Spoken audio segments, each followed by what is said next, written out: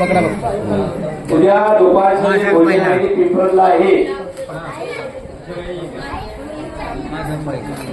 कृपया एक 2 मिनिटं का होईना परंतु अतिशय सावधपणे लक्षपूर्वक जर ऐका.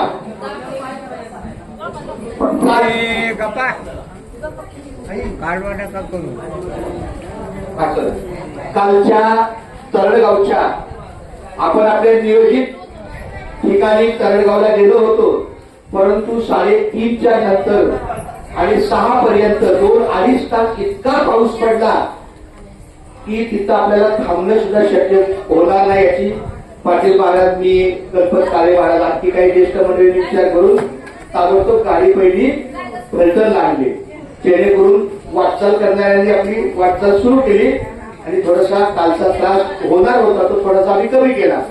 पण आज मात्र पुन्हा एकदा अशी एक दृष्टी दिसते की बरडला आपला मुक्काम बरोबर पालखीच्या बाजूला आहे आणि सकाळी बरोबर निघताना पालखीच्या अगोदर आपण 2ला 3ला जरी निघलो तरी वाहनांची जी गर्दी आहे त्यामुळे बाहेर पडणं अतिशय अवघड होत आहे.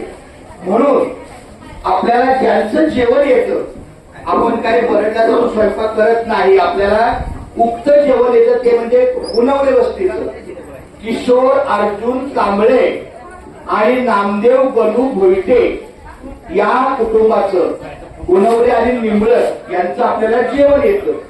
मग आम्ही पाटील महाराजांनी ज्येष्ठ मंडळीने असा विचार केला की आपल्याला आतमध्ये गाडी न्यायची माऊलीच्या तळाजवळ आणि पुन्हा सकाळी बाहेर यायची अडचण. ड्रायव्हर सोडला तर कोणाला विशेष त्रास नाही, पण ड्रायव्हरला 8-8 तास त्या जागेवर पायाचा क्लच टाकणं, वर खाली करणं. आणि दुसरी गोष्ट, जर गाडी ट्रॅफिक मध्ये अडकली तर गाडीत बसणाऱ्या ज्या महिला मावच्या माता भगिनी आहेत त्यांना त्रास होतो, लघवीचा किंवा आणखी कुठल्या प्रकारे. त्यामुळं ज्यांचं जेवण आपल्याला येतं, गुणवले गाव 2 किलोमीटर अगोदर रस्त्यालाच आहे.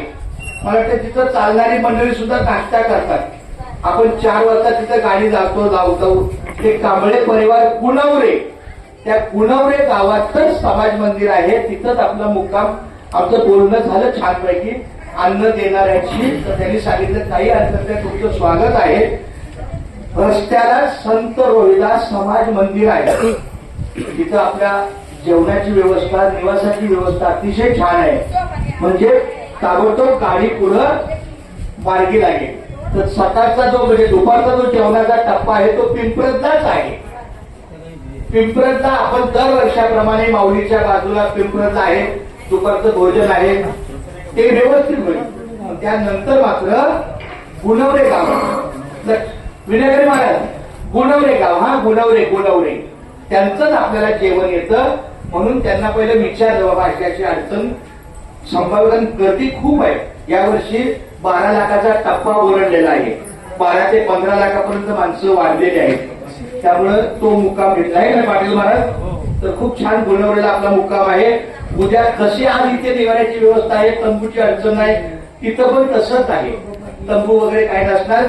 समाज मंदिर आहे, समाज हॉल आहे, त्यामध्ये आपली व्यवस्था होईल. आपण त्यांना सहकार्य करू, ते आपल्याला सहकार्य करतील, ते आपलं स्वागत. त्यांनी सांगितलं की तुमचं स्वागत आहे. आणि इथून पुढचे 4 दिवस पण भयंकर पावसाचे दिसत आहेत. काल आणि आज दोन्ही दिवस शाळांना सुट्टी आहे महाराष्ट्र शासनातर्फे. काल सोमवार होता, आज मंगळवार आहे, दोन्ही दिवस शाळांना सुट्टी. मुंबईला पण भरपूर पाऊस आहे, इथं सुद्धा बघा अजून पावसाचं. त्यामुळं जसं जसं आपल्याला व्यवस्थित मार्गी जाता येईल तसा आपण प्रयत्न करू. काल जसा निर्णय घेतला आपला इथं येण्याचा, तो पण सगळ्याच्या विचाराने घेतला. प्रत्येक तंबूतला एक जबाबदार व्यक्ती आम्ही बोलवून घेतलं. सुंदरकर मंडळाचे आमचे मल्हारी दादा होते, महादेव पाटील होते.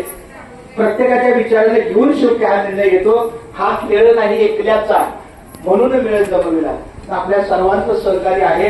पाटील शांताताई म्हणते काही प्रवचनाची सेवा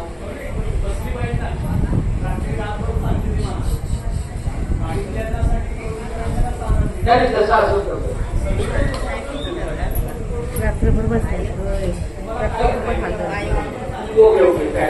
त्याला निवारा पाहिजे.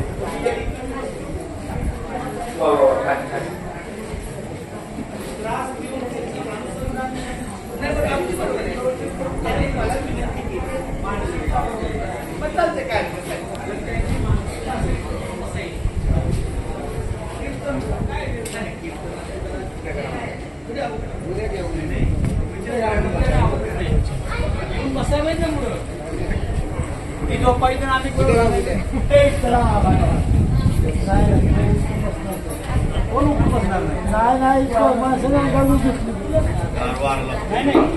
बरोबर आहे.